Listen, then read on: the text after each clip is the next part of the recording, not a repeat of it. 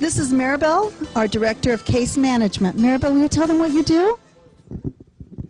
Hello, my name is Maribel Becerra, Director of Case Management here at Children of the Night, and I do meet with our residents here at Children of the Night. I meet with them once a week, and I take care of their casework. Basically what we do is we meet once a week, and we go over appointments that are needed for the kids, everything from the dentist, the doctor, optometrist.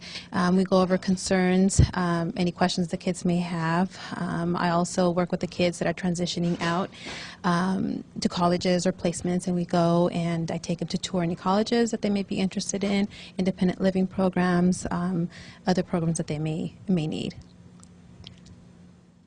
Wow, that's amazing. One of the reasons I wanted to do this is because there seems to be a lot of stuff going on national news about the human trafficking component, but what they're doing is, from my perspective, is it's international, it's not local, it isn't a problem for America. I'd like you to tell me why you believe that's not the truth. Well, 30 years ago, when I was doing research on police reports filed by LAPD and Los Angeles County Sheriff's Department, and using that data with lawyers to sue the police departments for not arresting an equal number of customers of men, most of the prostitutes on the streets were 19. By 1979, when I was on the streets interviewing prostitutes, verifying what I was finding on the police reports, I was there and firsthand saw hundreds of children hit the streets, and the pimps ravage them and trap them in prostitution, and customers go crazy because they could justify that if children were left on the streets to fend for themselves, it would be okay to give them $40 even though sex was involved, because at least they were giving them money for food to eat and a place to stay, and a society that otherwise had discarded them. So you're saying that people are justifying the act of having sex with a child by saying, well, at least I'm feeding him in the process. Absolutely. Is that the twist that you're... Absolutely. I mean, that's a scary rationalization to me. Well, that was true in the 70s. And I think it's changed a little bit now. I think that there's an awful lot of hype around what they call human sex trafficking. I can barely say the words myself. We're talking about American children who are prostituting.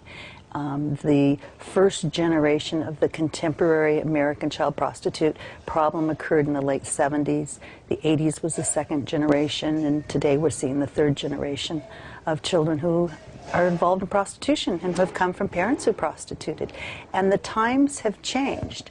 In the early days, liberal policies said it was unfair to have the police arrest children for truancy, curfew, runaway, and it was not appropriate for the police to bring them into the station house if there was any possibility they could have eye contact with an adult offender, to where today children are arrested for sometimes just made-up crimes or held on material witness holds until they testify against pimps and then put back on the streets. They're being used effectively in your mind then to get the criminal prosecution, but not to their benefit. That's what it sounds like to me, to the child's benefit. I mean, if they're being held on a witness hold and not getting counseling, or are they? Or am I speaking out of turn? The FBI cross-country effort where they claim to rescue children from prostitution is a fraud that has been perpetuated on the American public, and I believe the legislature as well. There has been a lot of money appropriated to the FBI and law enforcement and the federal government, and what they really do in these cross-country sweeps is they identify 4 or 5 states. They take credit for the arrests done by local law enforcement. The children that they find are not being rescued for the most part. Many of them are held in jail until they testify against a pimp. And once that testimony is over, then they're released in the same dysfunctional family or the social service system that failed them in the first place. The money is being spent on law enforcement. Right now, today, I have a young lady who's in a federal prison, being held, waiting for the pimp to be sentenced by a federal judge. He's already pled guilty. She's getting no treatment, no help of any significance. She's been in jail since she's picked up New Year's Eve just because they want control of her. And another young lady, a 14-year-old girl who's being held in jail in a local not here in Los Angeles, but with a local police department in another state, who's been held for 3 weeks because they need her to testify against the pimp. And if the pimp goes in and continues his case, or his attorney continues his case, she'll be held until they're ready for her testimony. So his continuation is a continuation of her incarceration. That's a And really sad thing. sometimes children are spending more time in jail than the pimps who exploited them.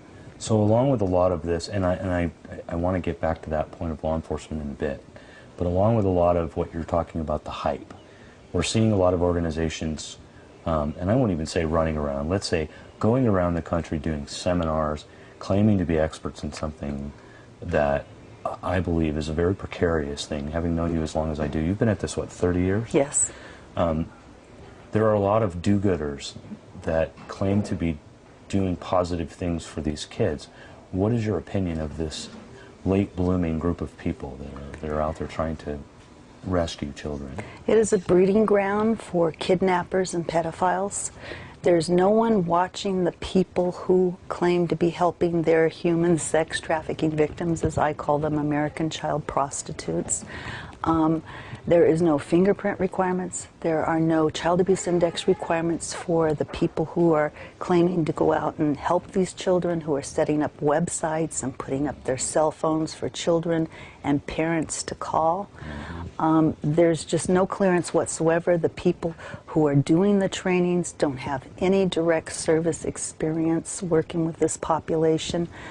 There's no one, and I've been to the big nonprofit agencies, and I've been to the Department of Justice and asked them to help me, because I can't supervise and monitor these people. I'm asked for endorsements all the time. I'm very careful who I endorse. Yeah. And well, I know you're very careful with who you associate with, period, which I can understand over the years that, you know, people want to get close, or they want to get some sort of personal fame or some other associated value out of being with you and around you. But these organizations, I mean, they're well-intentioned, but what is the old statement about the road to evil is paved with good intentions? I don't know that there's such good intentions. I think that many of them are people trying, this is a fashionable social problem. My friends who have worked in the federal government for victims assistance, and we worked on the satanic investigations back in the 80s, call it the child prostitution, the crime du jour, and they say it'll pass just as quickly as it came. So that's a scary statement. Let me stop you there. You're basically, and I'm very familiar with the McMartin case where, you know, some people believe they were guilty, but the bottom line is that family lost everything it owned. He spent 10 years in prison, was never convicted of anything, and it was all over the hysteria of, you know, child abuse, which we know is real in the country. But as you're saying now, is that this has become the popular thing to raise money around, it's the popular thing to get attention for. And is it harming your ability to function in the environment? Is it causing a distraction of funds that, you know, you've proven for 30 years that you can take care of children, you can get them off the street and get them treated, and I mean, is it causing you a problem? It's not causing me a distraction of funds. My donors have been, I have over 20,000 donors who have been with me for years, who support my work. It confuses the plight of children. Many celebrities are being used and used in order to raise money for cops to put kids in jail. Yeah. And it's not going to the kids. It's not, you know, there's a new federal bill that's going to provide something like $21 million for 6 demonstration projects across the country to help these children. But the devil is in the details. Okay. If you look at the budget, the money's to go to patrol officers, detectives, prosecutors. It even says in there, we'll give the kids clothes so they'll stay with us. Well, that's naive. These children don't stay in programs. They run because they have attachment disorders. Right. They have been betrayed by the people that most of us have learned to trust as children. And so they have no positive relationship with a responsible adult. And if you can't develop that attachment, if you can't develop a meaningful relationship with these children, then all is lost. You can't do anything with them. So one of the things I've run into over the years in trying to talk to people about this subject is the whole moral judgment issue. It seems to me that